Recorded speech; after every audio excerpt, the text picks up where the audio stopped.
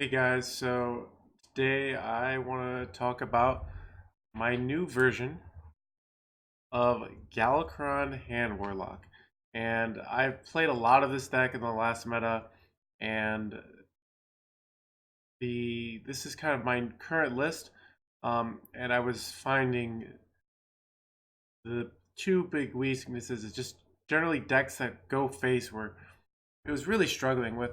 Um, and it also was Um, so there's also this compromise between, do we want the little things and go for the fast Galakrond, or do we want to take advantage of our hand size and get mountain giants and stuff like that? And I decided I was looking, I was kind of analyzing the previous version. Let's go to the previous version. You can see here I'm sorting by drawn win rate, which is a good metric, not a perfect metric. There are problems with drawn win rate. Um, but it's a good sort of indicator of how strong a card is in the deck. And Mounted Giants and Faceless Corruptors were some of the lowest performers in the deck. You also can see Nether and Dragon Queen as well, which are probably the next potential cards to cut. But so I went and kind of was thinking, okay, how do we make this deck better, stronger? And right now, I think the real thing I just came up with, kind of like, oh, we need more health, face hunters. I put two sacrificial packs in, and they turned out to be incredibly strong. And matter of fact, now I've only played about 40 games of this current version, but I have some introductory statistics, and surprisingly, sacrificial pact so far has the highest drawn win rate out of 30 games. The statisticians will say, but that's something at least you go and you say, this is something we should be including. This card is a game changer, and the fact that there's also some decent warlock presence in the meta, not rogue or warrior, but it's still like it's one of the top four classes. Sacrificial pact can get huge value in a warlock mirror, where you're using it to destroy a minion and heal five. But it's also just it just gives us that additional heal, and it doesn't take up any mana, which so we can be really flexible with it. And that's what I like about it. We can a lot of times we're going for Plague of Flames, but we have too many minions anyway, so we sacrificial pact one and then we go Plague of Flames, and we can take that extra minion which previously was getting no value and get that 5 mana heal. And so that's what I'm really liking about the deck so far. The kind of cards that are up for debate right now. The biggest one is see everybody in chat is always like, do we need Dragon Queen Alexstrasza? The biggest value of Dragon Queen Alexstrasza is it's a dragon that we don't use. We could have an 11 mana dragon, and it would be almost as good as Dragon Queen and Alexstrasza because we need a fourth dragon. And what's nice about Dragon Queen is we're not even tempted to use it early because using it for Nether Breath and Nether Wing are huge. Um, and it does theoretically provide late game value while it's a dragon activator up until the late game. So theoretically, it's good. Practically, we could possibly slot in a different dragon. I did try out for a few games of Basic Dragon Wing. I know that's been used in the other version, and it didn't feel nearly as strong as it did in the other version. We're not running the 5/4, but that's something you could test out. Another thing you could test out is Nightmare Amalgams. It's a way you could potentially cut, maybe even Dragon Queen and Nether, or Expired Merchant, and put in two amalgams. That's a totally legit. I really do like normal Alexstrasza though. I think that one's been performing really well. And people say, why not Godfrey instead of Nether? I'd say, well, the main reason is I've been finding Godfrey's to be unreliable, and by that I mean often it's a case where the biggest matchup where Nether is really helpful is Shaman, because they have two, their Galakrond play and their Shudderwalk play, and usually sometimes you win, but a lot of times you actually beat Shaman by just continuously removing their threats, because they don't have a lot of burst, and we have plenty of heal. So by you can Nether their board, and then do like maybe you do a Plague of Flames on the two 8/8s, and then you do a Nether on the Shudderwalk, and that wins you the game. Also against Rogue, they'll sometimes make a bunch of 7/7s or a bunch of upgraded stuff. with their 3/3s, and it's just hard to get Godfreys off in this current meta. So I could see like the cards that right now that are like Flex. Nether I think is potentially good. I'm not sure what's best. You know, some of these to come up with another card, you have to think of something better. Um, like for example, I know people are putting Coward Defender. I think Coward Defender is not very good in this deck. It's just too slow, too unimpactful on the board, and we really want to be controlling the board at all times for the most part, except for maybe like the first 3 turns. So yeah. So I want to take a look at sort of Mulligan information. I want to look at the previous version. Um, so I hope you guys like my Mulligan strategy, classic word art thing. But yeah, here's Mulligan actually can be tricky. So the if we look at across stuff, um, the best 3 cards seem to be pretty clearly Dragonbite Cultist, your 3 drops. This interesting Veiled Worshipper, though I find that keeping Veiled Worshipper is usually a mistake unless you at least have it's a slower matchup and you have like one of these already. Like if you a good hand to keep Veiled Worshipper would be if you have like 2 Dragonbite Cultists, and then you can do on coin like that's like an amazing hand to have Veiled Worshipper because you can go coin, Dragonbite, Veiled, and that usually will win you the game because it's fast tempo, fast invoke, like fast value. Um, but yeah, so Dark Skies tends to be the third like card that's is against a deck that you think is going to be aggressive is usually keep. What's hard about this is there's a lot of tricky mulligans as well because we can see okay these are the general ones, but depending on your matchup. So against burn matchups, if we look at Hunter and Warrior, Galakrond's one of the top cards. So both Galakrond and Hunter, it's one of the best, and that's because one, it's a tempo thing. We can get taunts, and also the 5 armor and the weapon do matter. So a lot of times, like to beat Hunter, a lot of times you're playing stuff, you're not taking too much damage. Maybe you get a sacrificial pact in there. That's something this version doesn't have. And then you play Galakrond on 7. You get a board, you get a taunt, and you kill them before they can kill you. And that's but yeah, you can see Nether Breath very good against it as well, just because that 4-mana heal. But yeah, also note there's a lot of matchups. Plague of Flames is good. If you think so, I think the problem is with Plague of Flames against normal warrior. Like it really is so dependent on what build you're playing. Like against Rogue, if you look at Rogue, Plague of Flames going first is one of the highest win rate cards. And that's largely because our opponent will go coin Necrium, and maybe they start putting big stuff out. Maybe they have a Whelp Necrium, and Plague of Flames. We can just efficiently remove that, and stop our opponent's tempo advantage dead in its tracks, and like so that can be super good in some of those matchups. So if you think your opponent is a deck that's going to be playing lots of big things as opposed to burning, Plague of Flames can be insanely good. Like I'd also keep Plague of Flames if I knew my opponent was playing Combo Priest, but most people are playing Quest Priest, so Plague of Flames is not going to be that good. There's not even enough data. But yeah, and a Warlock, I think like you could see Plague of Flames, one of the best. I think it's good against both Zoo and other hand locks because if someone plays a Mountain Giant, you got some 1/1s, you can Plague of Flames, kill off the Mountain Giant, play some more 1/1s. It's just the tempo swing is just insane. And the other thing we're definitely keeping that doesn't against Zoo or against Warlock is those sacrificial packs. I would pretty much hard mulligan for Dark Skies, Plague of Flames, and sacrificial packs. And maybe you keep like your not I wouldn't say Fiendish Rites, but maybe you'd keep the Presence Solo, the Dragonbite Cultist against Warlock. As just kind of a general, but like Dark Skies, Plague of Flames are your big ones. Immortal Coil is actually nice for like killing something and cycling. So that's general. If you have HS Replay, it's really going to help. But once again, in general, your mulligans are, I'd say, across all classes. These are your 3 best starting cards. And then you have a lot of sometimes cards. Galakrond's a sometimes card. Veiled Worshipper is a sometimes card. Like, you might keep Devoted if you already had one of these. Mortal Coil is a sometimes card.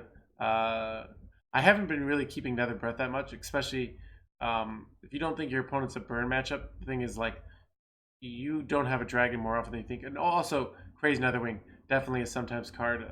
If you're playing against, a deck that does this, like against Shaman, Crazy Netherwing. I think especially on coin. Let's see, maybe not. So yeah, there's a lot of. I'm not really sure about some of these, but I will generally I like Crazy Netherwing in that at least the current versions are running lots of the 0/3, and you can often use a Crazy Netherwing to kill it. So that's the general mulligan information. But like I said, it's kind of tricky. So if you have some general good mulligan stuff, it's okay to make mistakes. Right now, the meta is always shifting, so you might be mulliganing right today, and then the mulligan changes tomorrow because the deck changes. So I don't have perfect answers for some of this stuff, but try that out, and let's get into some games.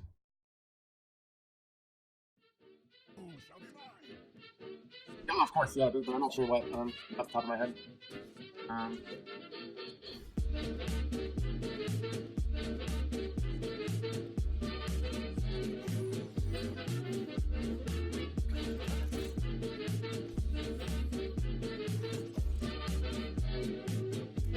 Yeah, it was.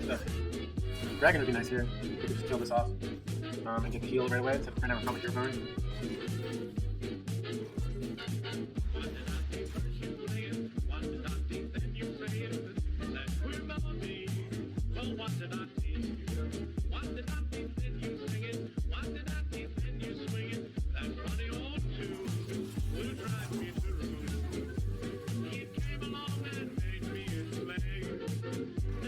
I want to give him a bazillion armor. That's the question. Is that kind of a...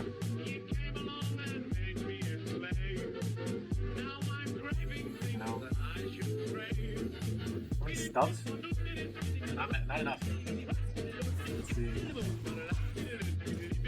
Okay, let's... I traded over this one.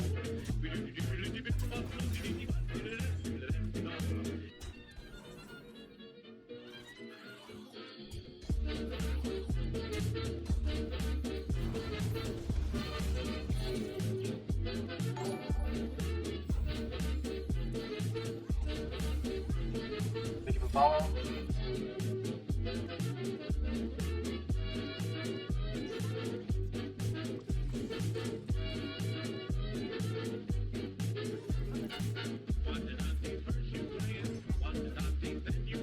Sadly, yes, it was our opponent did win. It was a pretty brutal loss. We were very close. I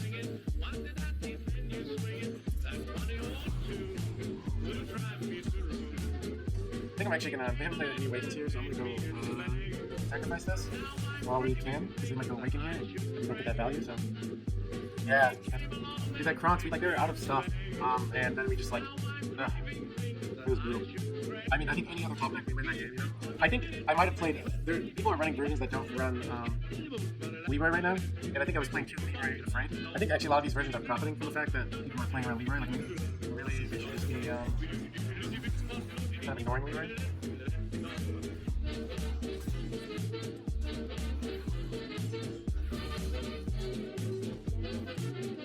If we can get like a few heals from his reactions, it would be amazing.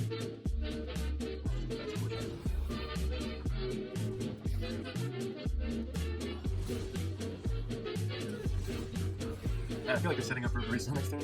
This looks like it. I might go Kronks here. I'm not sure. No, there's so many bad top decks if we Hero Power here. Kronks can be quite useful in other situations, but I think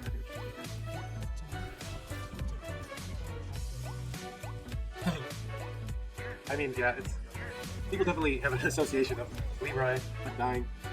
Leroy Dragons! There's definitely the...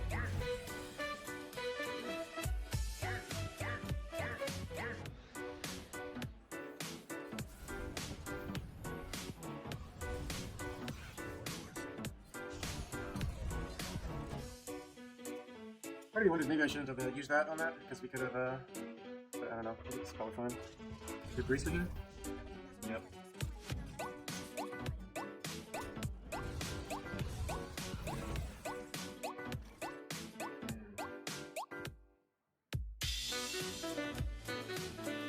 I think I'm gonna put the pressure on them. See what we get here.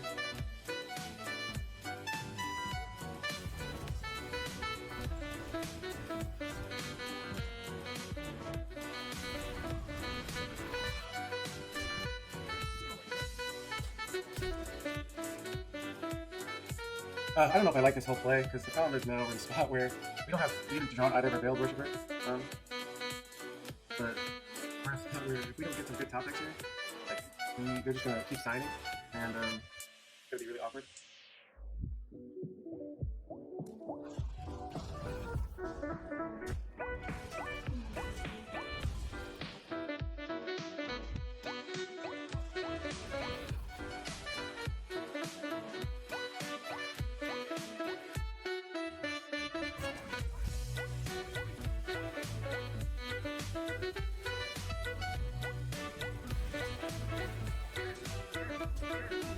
I'm going another here if I doesn't play. That makes sense, right?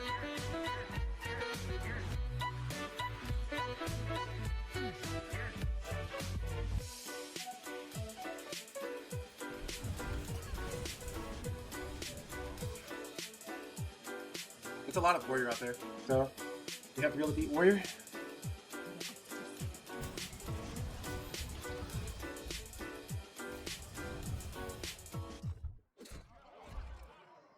I kind of know stuff now, right? Like, oh, it's really good topic. So.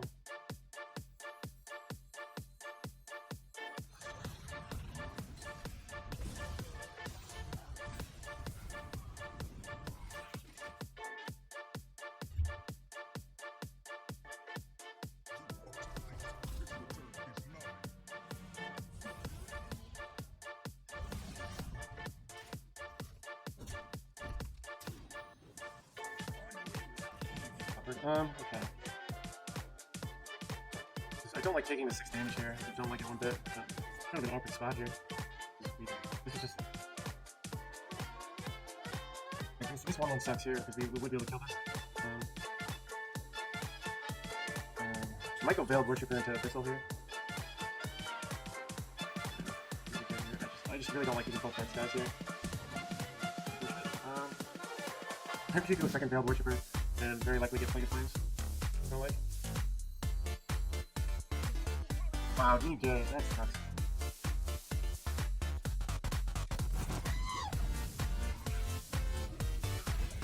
I really hope we're not dead, because that was a questionable play on my part. But this is also a threat for us, so that's good. So, and we can effectively, now with this giant hand size, we can do, like, let's say they do some sort of clear play and leave some stuff on board. That's probably the most likely play, like hit us with things for 6, maybe do some rush minions, kill these guys off. We can put Dark Skies in the middle side. So.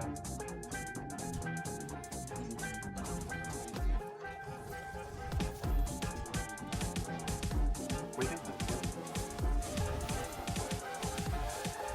so we're trading here. How much damage can this target do? That is 17 health.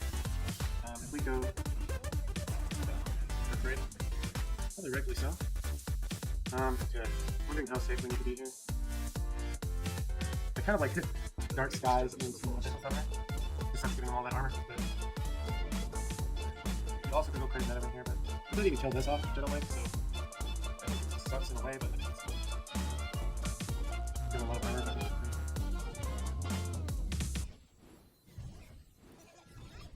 Suddenly silence.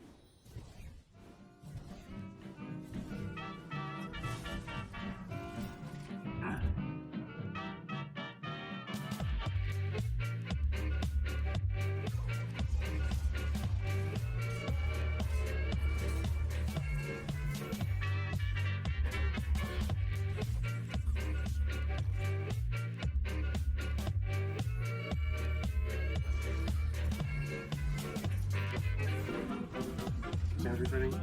20 with this.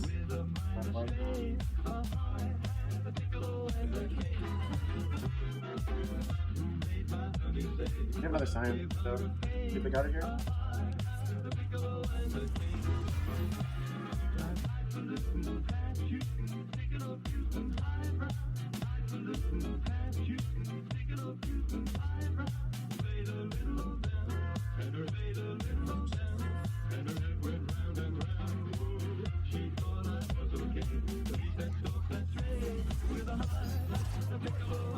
I taunted.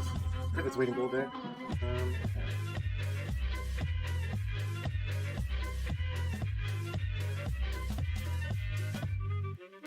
I think of how safe I think we are here.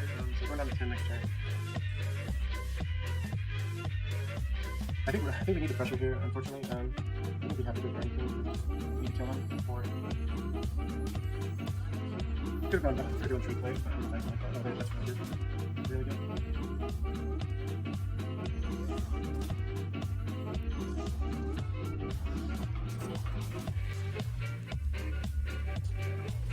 Next turn we can do all draws on our own page or just leave it. So, okay. I think that's game. Woo! Got him. You guys doubted the Dragon King. This is me being.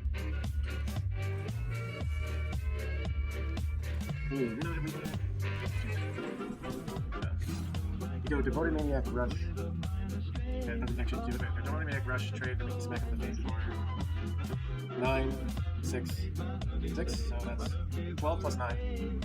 Really? Wow. Really? For the King's 12 plus 9? 12 plus 9 is 21. But yeah, so. Right, we gotta go the boring conservative play here, but we actually have a decent play here, so.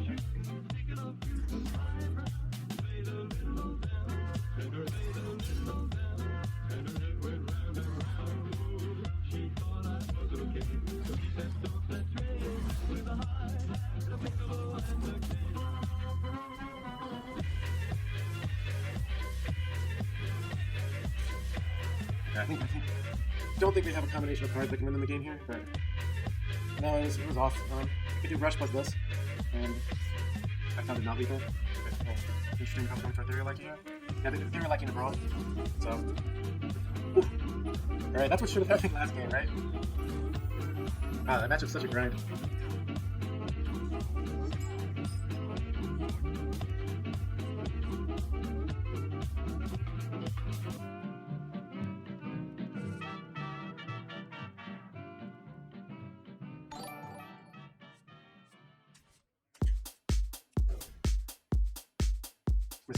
Thank you for the follow.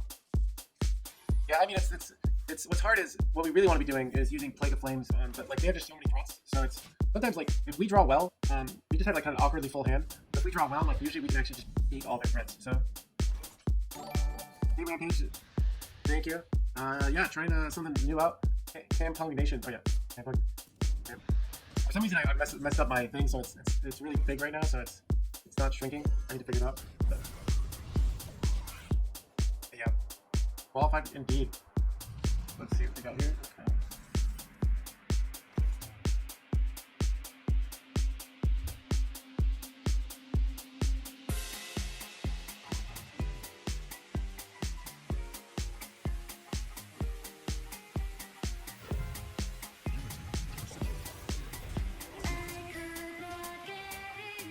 Dude, I can't wait till we play like a Pistol Summoner and we just kill it instantly.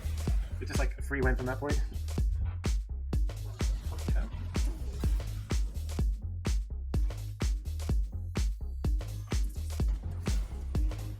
Oh, awesome, dude.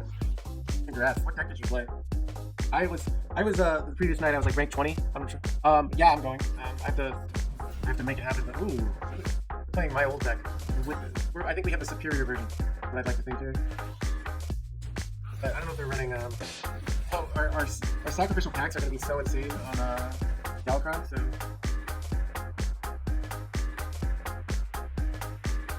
when they go Galacron, we go double sack, and it's just like ouch.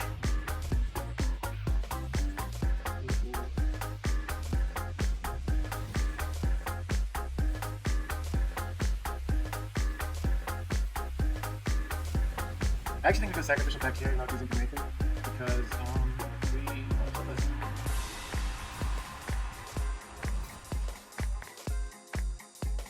now we can't. We don't have an easy kill on this now, which is what I like.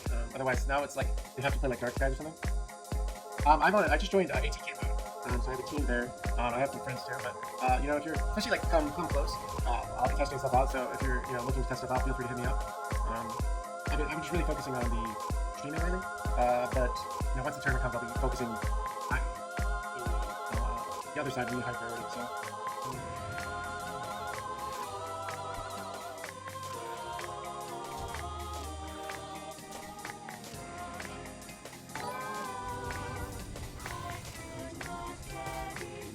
Built the no hand station. I missed the ball, sorry.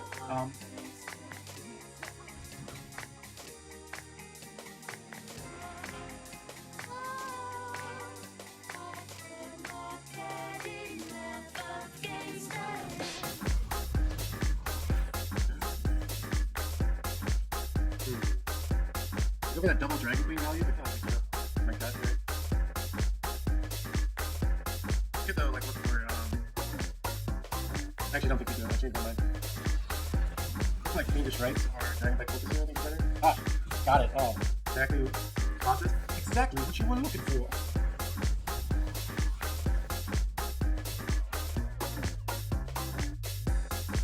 I think you can win this. Don't tell the others. I'm rooting for you.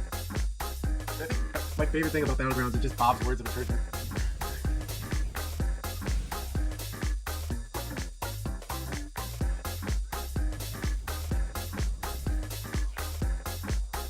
This Dark Skies is pretty good. A lot of Dark Skies is so good here. Dark Skies and Galcron, how do you come back from this? I don't know.